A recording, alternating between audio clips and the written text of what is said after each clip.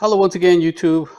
This is a quick video on showing you how you can recycle an old phone if you do have one, which you can utilize it to do a lot of things. For me, this is just a phone. It doesn't have a SIM card or anything. It's just plain Jane. All of these phones have something called a GLONASS antenna, which means that they see the satellites at all time. So I bought an application called OSM AND Plus, and I got it off the Google store. And what this is just basically maps.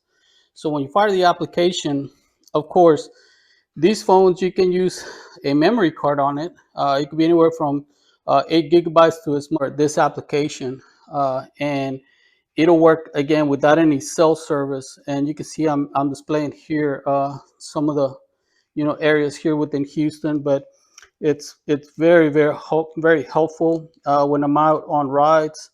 This is what I utilize when I'm on the Sportster. Of course, the Pan America has the Harley Davidson application, which it's terrible, man. I hate to tell you guys.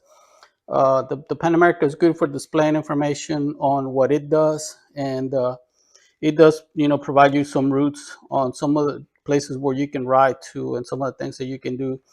But I downloaded all of the maps here for all of North America, and this phone has I believe it's a 64 gigabyte card, and I've utilized maybe I would say 1/10 of the memory, so it's utilizing about 12 gigs max, if that. But I'm able to load all the maps on this phone. Again, I can plan routes. I can tell it, hey, I want to go here, want to get there. And again, this has the maps for all of the continental United States. So everything that you see in green are maps that I've downloaded. So if I want to go into Canada or go into Mexico, all of that section was coded in green and it went away. But as you can see, he tells me what maps are loaded, and it's pretty precise. I've gone out on a bunch of rides. I rode to Las Vegas last year for a conference, and I rode back, and I went through the $1 Million Highway, went through Silverton and Durango and all of that. And I got a little bit of video of that. If I can find it in the card, in the little action camera that I had. I have very rude and very primitive equipment. I have my action camera. It's an Activon, which I picked up at Micro Center of all places, and it was like $40. So I just use it just to, sometimes record where I go or if I get into an accident or something like that. And then I went ahead and upgraded my recording equipment to where I now have a camera loaded on the bike, like you can see here. And this one's an onboard camera. It also has a GPS tracker, which notes my speed on the bike. It says GPS tracker right there. So as soon as I fire up the bike, the camera comes on, and I can record where I go and all that good stuff. And there's the rear camera right there. So I try to record some of my rides. Also, the Pan America also has a camera system on it. You can see the rear camera for him, and the front camera, it's over here where the lights are and all that good stuff. So I do record all of my rides, but then again, the video quality on those cameras is not the best, but I do make the best of it. I'm show you what I was talking about on the Pan Am. Go to the other side. And this one, of course, gives you a lot of great information.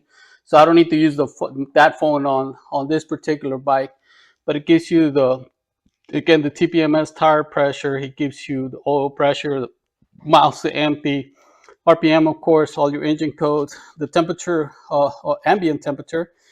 It also gives you the temperature, the coolant of the bike. It also tells you the voltage on the bike as well. So you have a lot of info within, at your hands. And I think I'm gonna have to replace my battery sooner or later. It's only recording 12 volts.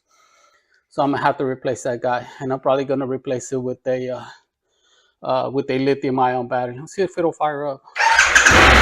Yeah.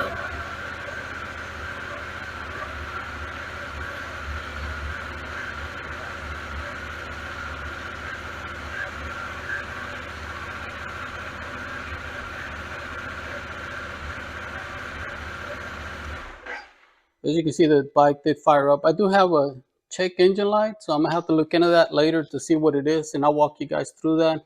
But again, simple video on some of the apps that I use with my phone, and they're very helpful. Again, don't throw your phone away.